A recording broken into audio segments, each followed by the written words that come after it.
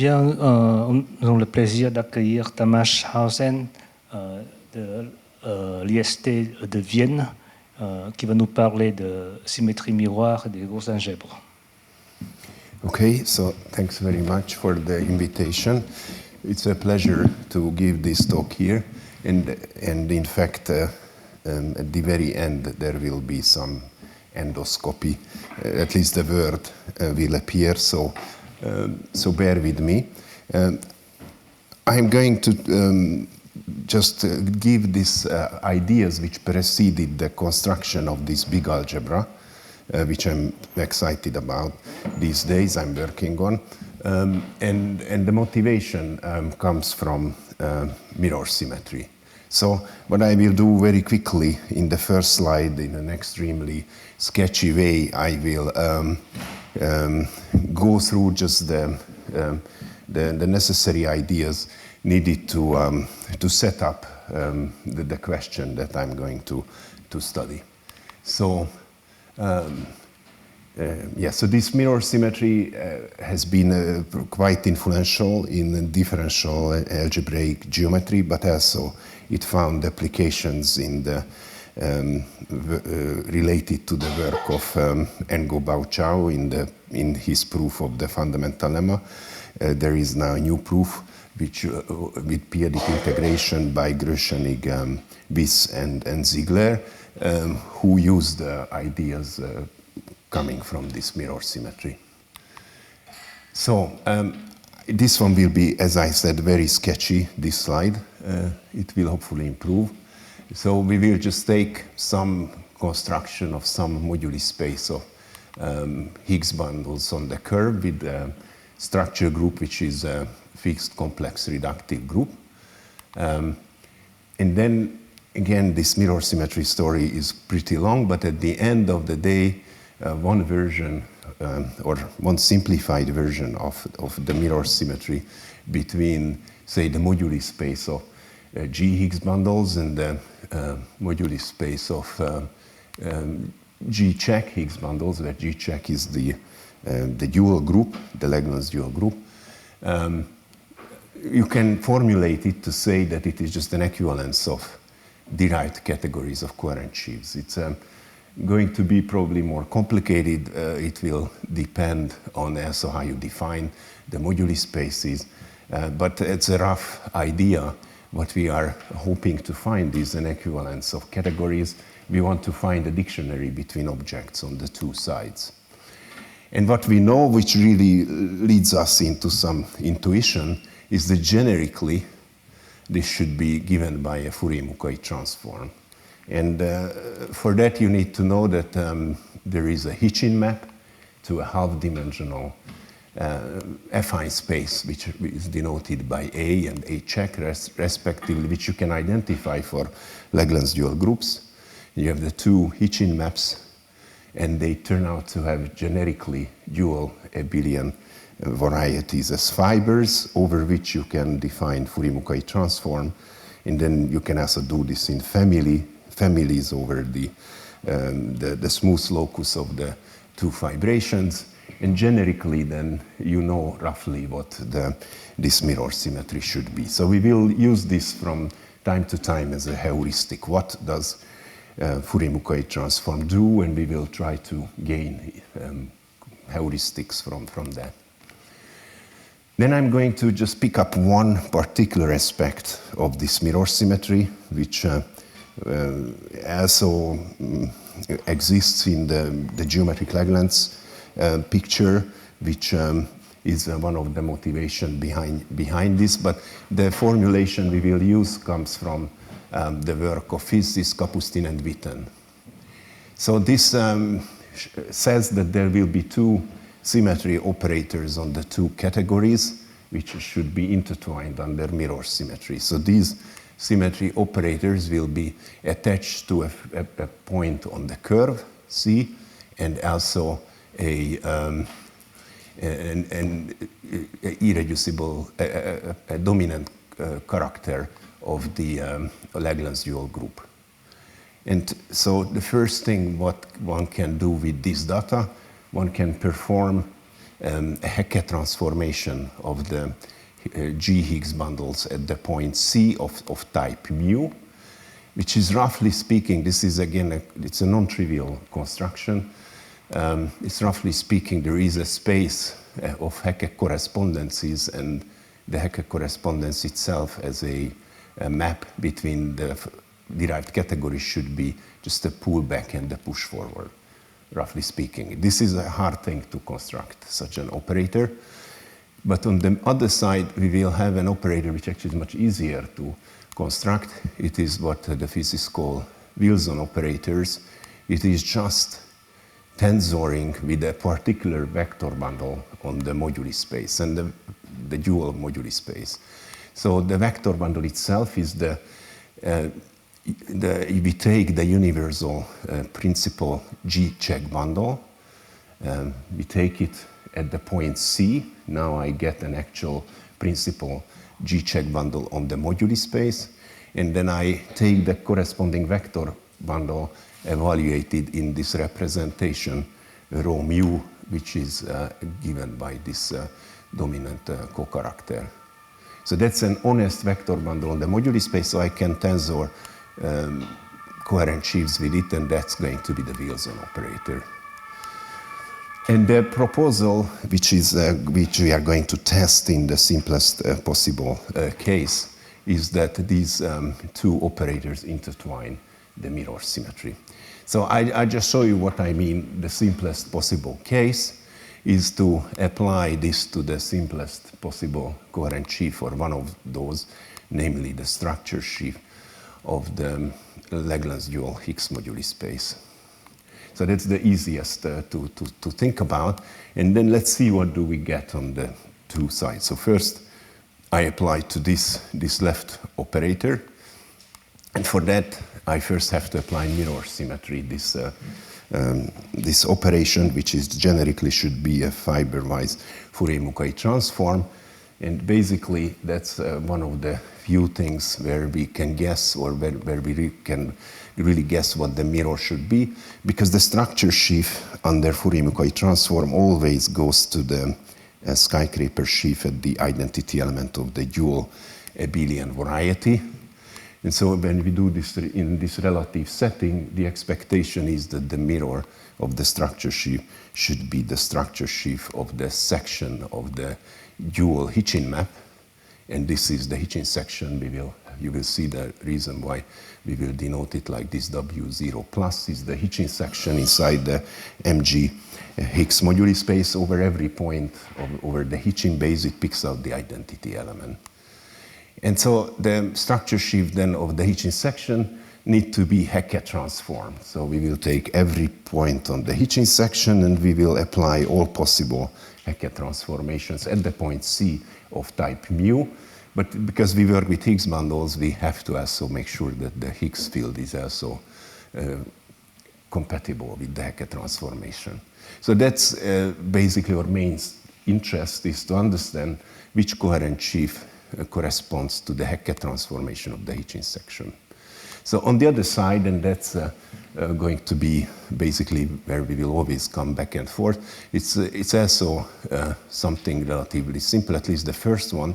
When we apply the Wilson operator to the structure sheaf, we just get this vector bundle itself, which we used to tensor with there. And then we are saying that to understand the Hecke transform, the Hitchin section should give us the mirror of this universal vector bundle in the given irreducible representation. So the fibers of this will be a copy of the representation itself. And we will see that when we study on this side, we will be able to get information on the representation itself. So to motivate what's going to happen after this slide, one nice observation is that the mirror of the Hitchin section is always going to be supported at a finite union of so-called Lagrangian upward flows. So I'm going to define them on the next slide. And that's going to be the game. What we will be doing, we will be starting from the Hitchin section, and we will start to apply Hecke operators on it and see what are we going to get? So we will then first discuss these Lagrangian upward flows in the moduli space of Higgs bundles. Now we will be a bit more concrete. We will take the PGLN and we will think about really semi-stable Higgs bundles, and then this would be the coarse moduli space of the Higgs moduli space of semi-stable PGLN Higgs bundles. So a PGLN Higgs bundle itself is a PGLN bundle E together with the Higgs field, and the Higgs field is we think of E as represented by a vector bundle, and then we just take the zero trace endomorphisms of that vector bundle with values in the canonical bundle of the curve. So that's where the Higgs field lives. And now if you have such a point in the moduli space, you can compute the characteristic polynomial of the Higgs field. And this is going to be this famous Hitchin map. The image of the Hitchin map will take values in this affine space, which is the product of these cohomology groups of the powers, the sections of the higher powers of the canonical bundle. And that's because the matrix that we computed the characteristic polynomial of had values in the canonical bundle. And then this Hitchin map is really beautiful. It has many nice properties. It is going to be a completely integrable Hamiltonian system with respect to natural symplectic structure on M, and this is therefore half a dimensional vector space than this, and that is going to be proper, and the generic fibers will be nice abelian varieties. And additionally to the Hitchin map, there is a cis direction which we will use all the time. And the cis direction is very simple, it's just scaling the Higgs field. And with respect to this cis direction, the moduli space becomes what I call semi-projective. So it's not going to be projective because it's proper over an affine space, but it is going to be semi-projective in the sense that the fixed point set is going to be proper projective, and there will be at least one direction one can take. You can close down a C-star orbit at the zero of when lambda goes to zero, the limit will exist. And that's these two properties make it semi-projective. And then when you have such semi-projective action, you can always decompose your variety into these upward flows. So here is the definition of the upward flow for a given fixed point of the C-star action. I can collect all those Higgs bundles whose limit point at zero is the fixed point of the C-star action. The limit point is always fixed by the C-star action, and so now we change our point of view and fix one of such and see which Higgs bundles flow into this one. So I call this upward flow because of a relationship with Morse theory, but also because these are the points which flow down to our fixed points. So from that point, I think of them as being flowing up. So this is the upward flow. And this beautiful theory of Bialanitsky-Birula 50 years ago now shows that it is a locally closed subvariety, which in particular, well, when this was a smooth point, in that case, it will be a affine space itself, something which is isomorphic with a vector space, and the vector space we understand very nicely. It is the positive part of the tangent space at that point. The positive part is with respect to the C-star action acting on that vector space, and you take the positive directions. It has as a C-star action itself, and this isomorphism is in fact can be chosen to be C-star equivariant. So it's not just we have a cell there, something which is isomorphic with an affine space, a vector space, but we understand how C-star acts on it, at least up to this isomorphism. What's important that this isomorphism is not canonical, so we cannot choose a canonical such isomorphism. So we have a model for it, but the model is not canonical.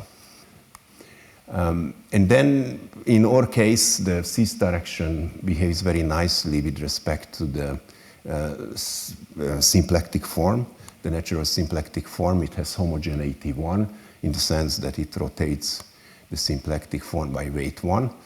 And in that case, one can see easily that these subspaces are always going to be Lagrangian subspaces, and correspondingly the upward flows themselves are going to be Lagrangian, middle dimensional, locally closed subvarieties which are which are middle dimensional and isomorphic to a vector space. And so using them, you can have all of them with all the fixed points of the cis direction. We can cover with them the whole moduli space. So at least in some situations when there are no singular points, you get a decomposition of your variety into middle dimensional Lagrangian vector spaces. It's a very nice foliation, if you like, but it's actually not so nice. The space of these upward flows is not so nice. It is not going to be Hausdorff, for example. At any way, we like those leaves or those vector spaces where it actually is nice, where it is closed. And so this will be an important notion. It was one of the starting notions that we have understood was important for mirror symmetry consideration, is to take those when this is very stable, when it is closed. The upward flows is closed. We call such a Higgs bundle very stable. It turns out to have many equivalent definitions. One, of course, if it's closed, then if I restrict the proper Hitchin map to it, the restricted map is going to be proper, but this is a one-to-one correspondence. Now you have two vector spaces of the same dimension, and you have a proper map between them. You can show this is a finite flat map. It's going to be C star equivariant, and C star will act on both the base and the source with positive weights. So there will be a unique fixed point of those cis directions, and that one will be the only point going to 0. So in other words, if you think about the upward flow, it will not intersect anything above 0 except at the point E. So there will be no nilpotent Higgs bundle in the upward flow of a very stable Higgs bundle. We are talking about moduli space. Yes, it's very important to work in a space, not in a stack, because of these questions of closure. And so we definitely are in the side semi-stable coarse moduli space. Otherwise, this doesn't really, in the stack, you cannot really do such things. But but you will see that somehow we will be able to discard it, because somehow what we will be looking at fixed points, if you raise the genus of the curve, things will be automatically stable. And so somehow we don't really need those, worry about stability. You will see. And so actually this form this is where we took the name from. It was first studied the similar notion, or we generalized the notion of very stable vector bundle E, where the definition was that there is no nilpotent Higgs field with respect to that vector bundle. Then it was called very stable, originally by Drinfeld, and then the first paper was about it by Lomond. 1988, and he famously showed that there exist very stable vector bundles. But if you think about vector bundles as Higgs bundles with a 0 Higgs field, and then now you think in terms of nilpotent Higgs fields giving you points in the nilpotent cone in the Higgs moduli space, then the two notions, at least when the Higgs field is 0, agree, you can show. So it generalizes the notion of Gerard's, and he was also motivated by Drinfeld as well, by the geometric Langlands thing. And my message will be that at least you can do a lot more in some other parts of the Higgs moduli space where the Higgs field is no longer 0. And also, for just the sake of natural pure interest in such questions, what will be surprising, that we will be able to find very nice coordinates on these upward flows in these particular cases that I will be studying, where this map can be explicitly described. And so that's also nice from the perspective of integrable systems. You can have very nice coordinates where you can write down your integrable system. So let me show you now the kind of very stable Higgs bundles that we are thinking about. So first of all, we will be always starting from the Hitchin section, which is on somehow the other end from the lowest component when phi is 0. So it's somehow the other extreme of the Higgs moduli space where our interest lies. So I show you first the Hitchin section in the case of PGLN. So we take this underlying rank n vector bundle, this direct sum of line bundles, and for any point in the Hitchin base, which we'll think of this as a characteristic polynomial, we can construct the companion matrix of this, and then it turns out that this is the right choice of the underlying vector bundle for this matrix to work as a Higgs field. And so these Higgs bundles are going to be exactly the points on the section of the Hitchin map. And then the 1 over 0 for the nilpotent one is going to be, of course, very important. This is going to be, it's called the canonical uniformizing Higgs bundle. It was pointed out very beginning in Nigel's papers that they are very important in the differential geometry as well. And then you can think of all of them at the same time as nothing else but the upward flow from the uniformizing Higgs bundle. So the Hitchin section is just an upward flow, a Lagrangian upward flow from there. And then because it intersects every fiber in one point, it is going to be closed, and you can deduce it's very stable. So that's our first example of very stable Higgs bundles. And then now we will do what I was suggesting to do. Let's start to do Hackett transformations at these Higgs bundles. We will do for now the simplest Hackett transformations, the so-called fundamental Hackett transformations or elementary modifications. We will fix a k, and we will fix a point on the curve and an integer k between 1 and I guess n minus 1. And then the underlying bundle of this transformed Higgs bundle will be this one, only starting from the case one, we will be twisting the same vector line bundle there with OC at that point C. Anyway, it's just all to make the following matrix a Higgs field. So first we need to define the defining section of this sheaf. So this is which vanishes at the point C. And now the only place I change my matrix from this one when it was 0 was at the case point when I replace this constant function 1 with this SC, which vanishes at C exactly at order 1 once.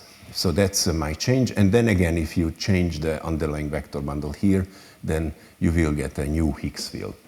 And it turns out, if you think about it, that this is nothing but one of the first case elementary Hackett modifications you can do on the vector bundle, but also it will be compatible with the Higgs field, and it will give us a new Higgs bundle. And with Nigel Hitchin, we managed to classify all very stable Higgs bundles of this type when it breaks into direct sum of line bundles, and the Higgs field is always going up along the composition. It's somehow, as I say, the exact opposite, other extreme of Higgs bundles, the ones considered by Gerard when the Higgs field was 0. This one has the largest possible rank, these Higgs fields that we are considering here. And among those, we managed to classify all the very stable ones explicitly. And in particular, these are the simplest non-trivial examples. And the way how we proved it, philosophically speaking, can be said that it is what we proved, that the upward flow from this Higgs bundle is nothing but the Hackett transformations of everyone in the Hitchin section. So now this is going to be not one possibility. At other points there will be other possibilities. So there will be other subspaces at the point C which will be fixed by the Higgs field, except of course over the nilpotent one it's unique, but other points you will have typically more than one choices. So this thing will be a correspondence, and this will be a multi-section of the Hitchin map, this new upward flow.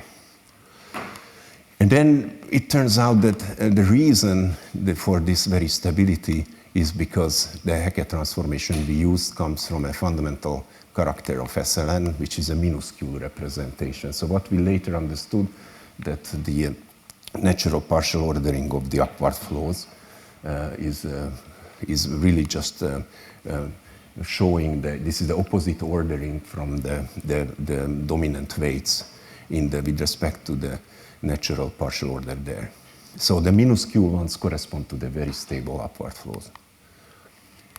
Okay, so then the next one slide was for me one of the first places when things become a bit mysterious. It's now less mysterious than it was. I still don't 100% understand why one can use the equivariant cohomology of certain Grassmannians in this case to model the Hitchin map on these very stable upward flows. So what we are going to consider these upward flows, we restrict the Hitchin map onto that. It will no longer be 1-to-1, it will be, turns out to be n choose k 1, 2-to-1, the restricted Hitchin map. And I show you that you can use the equivariant cohomology of the Grassmannian to model this Hitchin map on these upward flows. So in general, first let me quickly overview the notion of equivariant cohomology. So we take a complex reductive group, and then we construct the universal principal G bundle, and then its cohomology of the classifying space will be crucial for us. It is going to be computable as the G-invariant polynomials on G. We had seen such things in today's lecture by Chow, and here by the Chevalier theorem, which we heard about. It is the Weyl invariant polynomials on the Lie algebra. And then now if you have this variety acted upon by your complex reductive group, then we can form the Borel quotient. It's some homotopy quotient. So this universal bundle is well defined in this topological approach by up to homotopy. So we can form this homotopy quotient, and then we will get this Borel quotient, and its cohomology is what we call the equivariant cohomology. So by natural construction, this one will fiber over BG. So there is a natural map to EG mod G from the Borel quotient, and each fiber will be isomorphic with a copy of the space itself. So therefore, also the cohomology itself will receive a natural map from the cohomology of the equivariant cohomology of a point of this cohomology, which will be always or coefficients. And then we will look at spaces always. It's important for us is that we have an equivariantly formal cohomology. It has again many equivalent definitions. One is that you can recover the ordinary cohomology just by restricting to the fiber of this fibration, or taking the fiber over 0 in some natural map. And so that's one way to think about it. But for us, maybe more important is to see that the equivariant cohomology is free over the base. So it's a finite free morphism. For us, it will be we will always have 0 odd cohomology. There will be no odd cohomology, so I have only things in the even cohomology. And what's very interesting to note is that this kind of map, when we go to the spectra, looks very much like the Hitchin map. So the base of the Hitchin map is like this T mod W, which we heard about, the spectrum of this one. And so equivariant cohomology looks very much like the Hitchin map on these upward flows. So, but what you can say is that if I take just abstractly the spectrum of equivariant cohomology, then it is going to be a proper map over T mod W. And this is or the reason to expect this to have to do with the Hitchin map, and in fact it is the case for this particular minuscule upward flows I studied in the previous slide. These ones can be modeled on the spectrum of p-general equivariant cohomology of the Grassmannian. And there is a precise statement that this map, which is just this map I talked about there, on the equivariant cohomology of the Grassmannian, can be very naturally pulled back over the Hitchin base, and that map is going to model the Hitchin map explicitly. So this was very nice, and it's a very nice way to think about the Hitchin map. The proof, which actually gives some hint why the Grassmannian comes in, is because when you do the Hackett transformations to get to this one, you will use the Grassmannian of k-planes at that point of the curve in the fiber of that vector bundle and dimensional space. You will take all those k-dimensional subspaces which is compatible with the Higgs field. And that way, when you put things together, you will compute a certain fixed point scheme in the Grassmannian, which turns out to be isomorphic with the spectrum of the equivariant cohomology. So this is an affine Schubert variety in the minuscule case, and later we will see the non-minuscule ones as well. But in the beginning, it was for us very nice because it, for example, said that over zero, that is to say, the way how the upward flow intersects the nilpotent cone at that single point, the intersection is a fat point, and the fat point is modeled by the cohomology ring of the Grassmannian. So that was exciting for me because I had looked at these upward flows 25 years ago in my PhD. I could have asked the same question, but it turns out to have a very nice answer. The fat point of the intersection is the cohomology of the Grassmannian. And this was the beginning of this story, which we still did with Nigel. Okay, so now the question becomes what happens with mirror symmetry. So I have this upward flow, and the structure sheaf, I would like to understand what is its mirror on the other side. And on the other side, I will get the representation, the minuscule representation of the Langlands dual group. But what is extra is that on the structure sheaf, I can multiply the sections. There is a sheaf of algebra structure on the structure sheaf, and therefore we would like to see a multiplication of the representation itself, and that will be provided by these Kirillov algebras. So, okay, just some generality, we will take a highest weight representation of some, say, complex reductive group, but perhaps better is just to think of a simple complex Lie group. And for each of them, one can construct this Kirillov algebra, which is the tensor product of the polynomials on the Lie algebra and the endomorphism of the vector of the representation itself. And G will naturally act on the tensor product, and we take G invariance. So Kirillov introduced this to study the weight multiplicities, which actually for us will also show up at the very end. So, and he called this family algebra. And the way how I like to think about an element here, which is some abstract algebra here, but here you can just think of as an element which is a polynomial map from the Lie algebra to the endomorphism of the representation, the matrix, which is G equivariant.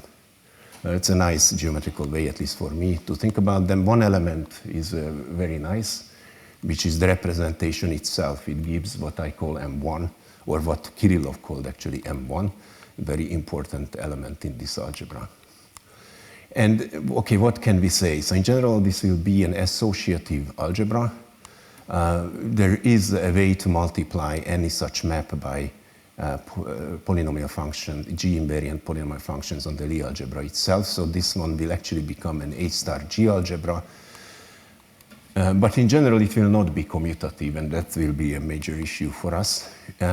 Kirillov, in fact, in the very beginning showed that it is commutative if and only if the representation is weight multiplicity free, in particular if it's minuscule. So the first part of the talk is going to be the minuscule case, when it is automatically commutative.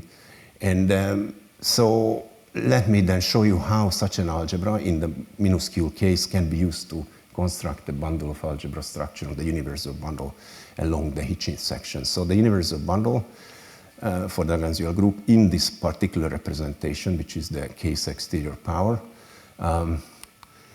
we can use these operators to construct matrices in this representation over the Hitchin base.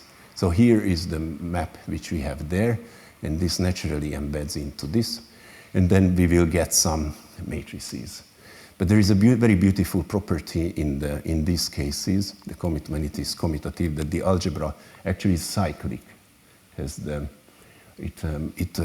generates the whole vector space, and using that, you can actually use it to define a multiplication structure on the universal bundle in this representation. And then you have such a picture which is, of course, designed to be similar to the slide before. Okay, the way how one can do it explicitly in this particular minuscule case is to use explicit operators of Kirillov, which will show up later, to the Higgs field. And using those operators, you can actually generate the multiplication. And we have to use this cyclic property of this algebra in the weight multiplicity free case, which was proved by Panyushev. And if you had looked at the BNR correspondence, there is a way to discuss the BNR correspondence using a bundle of algebra structure on the universal bundle in the standard representation. So in fact, the K equals 1 story is familiar from the BNR correspondence, and there is going to be spectral curves and things like that for the other representations as well. But it's another direction. So now let me show you how mirror symmetry will match this bundle of algebra structure with the equivariant cohomology. So you remember that's our motivation, trying to understand the intertwining of these two symmetry operators. And we will take now the same setup as before, the case fundamental representation. And then the observation was that the Hackett transformation was itself an affine space, the structure sheaf of an affine space. So it has a multiplication on its sheaf of algebras. And when you do mirror symmetry to a sheaf of algebras, Fourier-Mukai transform, you won't get a Fourier-Mukai sheaf of algebra structure on the Fourier-Mukai transform, but you do get a multiplication at the identity element. And when you do it in this family, you should get a multiplication along the Fourier-Mukai transform on the zero section. And anyway, so this is the motivation to search for such a bundle of algebra structure. But when you put these things together, then you will get this diagram, which this part was describing the upward flow, and this part describes this bundle of algebra structure and this spectrum over the Hitchin base, which is modeled by the Kirillov algebra for the case fundamental representation. And it turns out that it was actually, I only later realized that this is related to what I do, is that this actually was shown by Panyushev to be nothing but the equivariant cohomology of the Grassmannian.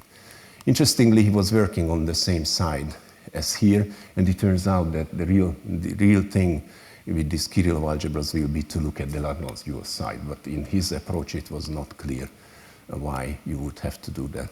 But of course for GLN and PGLN, SLN and PGLN, it's easily the same.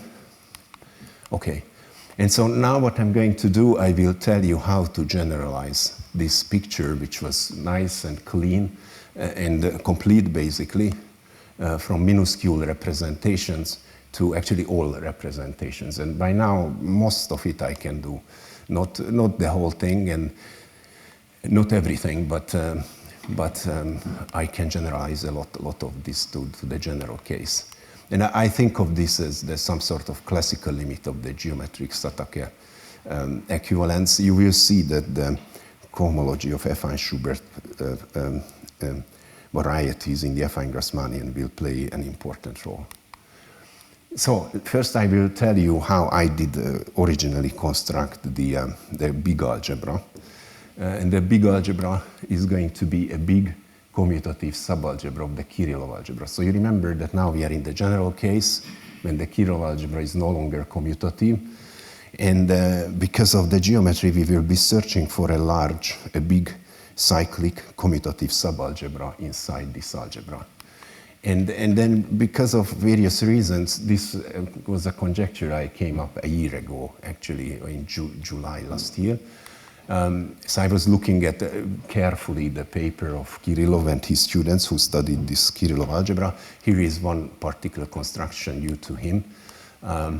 You can have a sort of operator. It's not really a differential operator, doesn't seem to satisfy any usual differential operator roles, but he defines such an operator to an element in the Kirillov algebra. You can form this sum. So you will start to take a basis for the Lie algebra and the dual basis with respect to the Killing form, and you will use one set of the basis vectors to differentiate your matrix again. So you recall that this matrix is something parameterized by a Lie algebra itself, so I can differentiate it in the directions of the Lie algebra elements. I evaluate the representation on the dual element in the Lie algebra, and I form this sum. I think he must have been looking at physics literature. I don't know where he got this from. But then he proves that this is well defined. It does not depend on the choice. So it ends up in the Kirillov algebra, and it does not depend on these choices. So it's a well-defined operator. So let's then use these operators to generate more interesting ones. Of course, we always have the scalars, the ones coming from the invariant polynomials on the Lie algebra, which in the case of SLN is just the characteristic polynomial coefficients. And in the beginning, it was not clear, but later it turned out it actually matters which basis of invariant polynomials one chooses. So fortunately enough, the most standard one actually works. So we take the characteristic polynomial, and that will generate us these Chern classes, which are the coefficients of this characteristic polynomial. And then Kirillov used his operator to generate more elements in his algebra. So when it was C2, the Killing form, you use the differentiation on, you get M1. This is the map I already mentioned, it just comes from the representation itself. But you can do it for the other invariant polynomials. And what he proved, I call them medium operators for the reason that we soon will get the big operators. So what he proved that each of such operator will be in the kernel of the Kirillov algebra, and in fact it is not hard to show that it is actually the kernel. So actually what he studied, what he introduced these M operators, this is the kernel of the Kirillov algebra, which suffices for the weight multiplicity free cases, but as long as we left that, we have to introduce these operators. Okay, and we are searching for a big commutative subalgebra of the Kirillov algebra. Obviously, it will have to contain the center, so we have to take these and some more operators. This is not enough. I mean, that's because the algebra is non-commutative. And then it turns out that the very natural idea is to just continue differentiating these operators works beautifully. So we are going to just take consecutive differentials of these M operators. And these are what I call big operators. They have two important characteristics. Their degree, there is a degree, I forgot to mention that. On the Kirillov algebra, there is a grading, a natural grading coming from the degrees of invariant polynomials. And so the degree is actually just I minus k. And there is something I call age, which it will not show up later today, but it's also a very important function, how many times you had to differentiate to get to your operator. And then all those operators put together, now we have roughly rank choose 2 operators. So instead of linear number of them, it's something quadratic, pretty large algebra. And you need all of them. And then this is going to be the big algebra. It contains, of course, the medium algebra. And then originally it was a conjecture. And then over the summer, I had a summer intern. And with his help, we managed to understand the algebra. And then I will tell a few sentences how we proved that it is actually a commutative algebra. So what we did first, what I do is that I compute things explicitly into the computer. So you program it, you get these big matrices. I am talking sometimes about 1,000 times 1,000 matrices. And then amazingly it commutes, and it is also cyclic. So it generates exactly as big subalgebra as the dimension of the vector space. And in every case it worked, but it's actually, still today I cannot prove it in any other way than a very difficult way, which I will mention momentarily. And then the other properties also come somehow freely from that approach, namely that this algebra is cyclic, and it is a finite free algebra over the base, and therefore, because it's cyclic, you can show this as a maximal subalgebra. So this big algebra is really what I wanted it to be. And the proof amazingly reduces to something so deep that it really, I just reproduce something known as the Godin algebra, or which actually comes from the affine vertex algebra, the center of the affine vertex algebra at the critical level.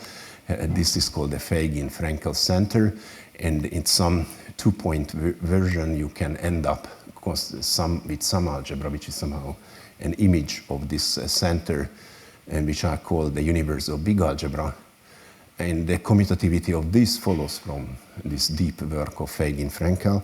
Also, by the way, this entered into the geometric Langlands of Bailins and Drinfeld at the very beginning, so it is somehow crucial to their story as well, and to my story here too. And then, so that showed commutativity. And cyclicity, interestingly, follows from another work of Feigin-Frenkel together with Rybnikov. And they use these cyclicity arguments to show, or I mean parallel to finding the quantization of the Mischenko-Fomenko integrable systems, which again are similar. I mean, that was actually the reason I started to differentiate, because somehow I was already looking at these Mischenko-Fomenko integrable systems. And then anyway, so their work can be used. So they actually look at the same algebra, what I call a big algebra, but only over particular points, for example, over the regular nilpotent one, and they prove this property that it is cyclic there. But what's very interesting is to put these things together into a whole big algebra like that, and you will see that it contains a lot of information about the representation. So now let me then show you how it fits into this geometric Satake business. So there will be a very nice explanation of these big algebras, at least a context for them in the cohomology ring of affine Schubert varieties, or intersection cohomology of affine Schubert varieties. So one takes for PGL the affine Grassmannian, and one closes down some, and these are some Bielaninsky-Birula attractors there. So one closes them down. This one is going to be highly singular in general, except in the minuscule case when it was smooth for us. But typically it will be more and more very singular, this affine Schubert variety.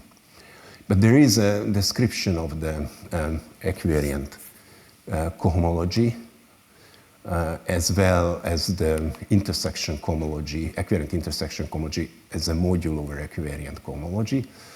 And that enabled me to identify my algebras in the world of equivariant cohomology of the affine Schubert varieties. So the first thing one can prove, just basically understanding their work and comparing it to the M operators of Kirillov, that the equivariant cohomology of the affine Schubert variety is isomorphic with the medium algebra, the center of the Kirillov algebra.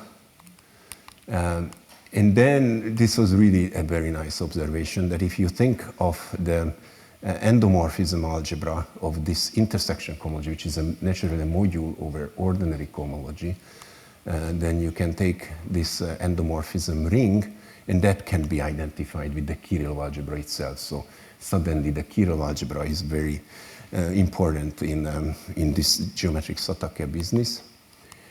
And then inside the Kirillov algebra, what one can show is that the intersection cohomology itself is isomorphic with the big algebra, as module over the medium algebra. Again, this what it says is that there is a ring structure on intersection cohomology. I actually conjecture that there is a unique such graded algebra structure on intersection cohomology, which is compatible with the action of ordinary cohomology. And so that's also something unexpected from intersection cohomology, but somehow this big algebra provides us with this. And so finally, what I hope, and this picture is not completely understood. So I can now understand these big algebras pretty well. I see the relationship to equivariant cohomology or equivariant intersection cohomology. But what I don't understand yet is how it arises from the geometry of the Hecke transformations. So the Hecke transformations, which are non-minuscule or not even the multiplicity-free representations are nice for the Hecke transformations because then intersection cohomology actually is isomorphic with the cohomology, and that's the reason why the Kirillov algebra is commutative in that case. But for other representations, this is very complicated, the Hecke transformation, very singular the spaces, so I don't yet have a geometrical way to understand the big algebra. What would be very nice to be able to say what kind of sheaf I have here, which will give me the big algebra. So there is no geometrical understanding of the big algebra yet. So this picture is still conjectural. So let me then finish with some properties of the big algebra, which part of it I can prove, and part of it are conjectural, which I hope will show that it is in itself a very interesting avatar of the representation itself. So we have the representation of the reductive group, and to this one can always attach a big algebra. In the work of Yakimova, recently she studied this Godin algebra of Frenkel and Feigin. And for me it's important because I compute in the computer. The Feigin-Frenkel algebra is complicated, it's theoretical. But if you want to have explicit generators like the ones we had, these big operators, we started from a particular set of generators of invariant polynomials, and you started to differentiate them. And this always works in the classical types and also in G2 according to results of Yakimova and her collaborators and others. As long as you choose in type A 2 or 3 different types, I think, of generators you can choose. In the classical types, I think, I don't know how many are known, but in all classical types, they tell you precisely which generator set you should use. And also in G2. And then it's conjectured that in all of them, there is a nice preferred set of generators of the invariant polynomials in the exceptional types, but this is not known. So that the Kirillov differentials give you they will commute and you will get the big algebra. So it's not known. But in the classical case, in G2, it's known. So now, so this just tells you that everything is pretty computable. And then the very nice thing is that once you start to think about the structure of the big algebra. So the big algebra is, its spectrum is going to be a finite flat morphism over the base, which we think of as a vector space. It will be finite to 1, the map. The number of points generically will be the dimension of the representation. And then it will be typically it will be reducible. There will be many components, as many components, one for each Weyl orbit of the weight. So in the minuscule case, actually, it was just a single copy, but in general, we will have more than one irreducible components. So for example, one can, I think, explicitly understand the big algebra, the medium algebra. In that case, the components themselves will just be the equivariant cohomology of some natural partial flag varieties coming from the BB decomposition of the affine Schubert variety using the loop rotation. But what's important then, we can actually label these things. So we are labeling the components, the irreducible components of the spectrum of the medium algebra by the weights, dominant weights appearing in the representation. And when you now look at the big algebra, so the big algebra will have the same number of components, and then the component will be, of the medium algebra will be included in the big algebra. And then when you compute what I call the multiplicity algebra of this map, namely this one, this is a well-defined algebra, then amazingly you get precisely a ring, a graded ring whose underlying graded vector space can be identified, at least numerically. So this is a numerical statement so far with the intersection cohomology of the slice of the affine Grassmannian there. And these are, of course, very famous because these are computed, they're Poincaré polynomial by the Kazhdan-Lusztig polynomials. But here we have constructed, and in the computer, in some small cases, I can compute explicitly these algebras, which will give you a ring structure on the intersection cohomology. In particular, one of them is very nice when you can actually have a global way to describe this particular weight multiplicity, the over zero in U, or in general the minuscule weight inside there, as this big algebra by the augmentation ideal of the medium algebra. And then this is a really nice way to understand Brilinski's work of relating the Kazhdan-Lusztig polynomials to the weight multiplicities.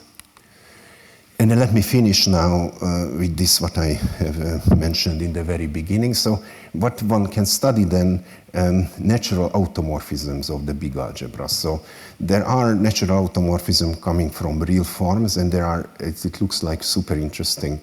I have many conjectures, some things I can compute. But here I will show you a different involution mostly, but we can take automorphisms of the algebra or of the big algebra using an automorphism of the group itself. But it turns out that we have to take very particular automorphisms of the group, which I don't know what's the right name, but it's some people call it distinguished automorphism. These are the ones which fix the pinning. So you choose some pinning, and then automorphism is called distinguished if it only permutes those elements in the pinning. So it's a very particular ones. They are in one-to-one correspondence with the automorphism of the Dynkin diagram itself. And then using this picture, you can construct what you can call it some sort of twisted endoscopy group, which is nothing but the Langlands dual of the fixed point of the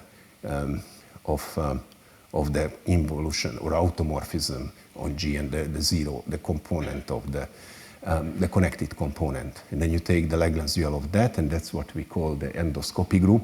And so what's interesting about this, of course, that this shows up in the Langlands business, this endoscopy group, but it has no direct relationship with the Langlands dual of G itself. So it's not a subgroup, it's not directly related. But nevertheless, what I conjecture, which is I can check it in my computations, I can check it in many examples, and I think it will be possible to be proved using sophisticated geometric Satake results.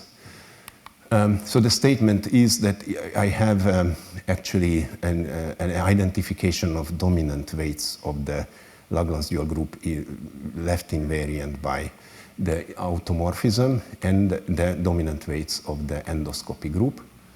And the statement is that, and in fact I can, here the problem comes that the big algebra is not somehow beautifully constructed yet, or I don't understand the Feigin-Frenkel construction. So anyway, I claim that there is a induced action on the big algebra, so that's not like canonical, but I can give you a procedure how to define, because I think of the big algebra given by these generators and relations, and you will have to find generators which are somehow compatible with the automorphism. And then the conjecture is that if I take what I call the coinvariant algebra, people call the coinvariant algebra of the big algebra with respect to this automorphism, then this is going to be isomorphic with the big algebra of the endoscopy group. And that's really nice because, as I said, these two groups are not directly related, but somehow their big algebras have a deep conjectural relationship. And what's very nice also is that using these numerics, you can go to the weight spaces of their representations, and on that the big algebra will have these multiplicity algebras. And using that, you can show that this isomorphism will imply this formula of Janssen, which is sometimes called the twining character formula, by computing the trace of the automorphism on the weight spaces of this representation of G check. You can compute it, and this will be the same as the dimension of the corresponding irreducible representation of the endoscopy group. So this somehow, all these to put together, they all live inside this single isomorphism of big algebras. And in general, unfortunately, it's not so much more examples than these endoscopy ones. But if I have, so that the point about these particular distinguished automorphisms is that this group, not the Langlands dual one, but just the fixed one, will be a principal subgroup of G. By principal subgroup, I mean that the principal SL2 subgroup will be a principal SL2 subgroup in the big group. So you take the small group, and you take a regular unipotent element, and that will also be regular unipotent element in the big group. This assumption we always need in this story because we are interested in the Hitchin section at the end of the day, and then exactly when you have a principal embedding, then the corresponding embedding of the Hitchin moduli spaces will embed the Hitchin section of the smaller one to the Hitchin section of the bigger one. But unfortunately, this is not many more examples. There are a couple of more examples of such principal ones, but then I expect that you can always do a transfer, that there will be some canonical way to project the big algebra of the Langlands dual of G to the big algebra of H. So this is some sort of transfer. Okay, thank you.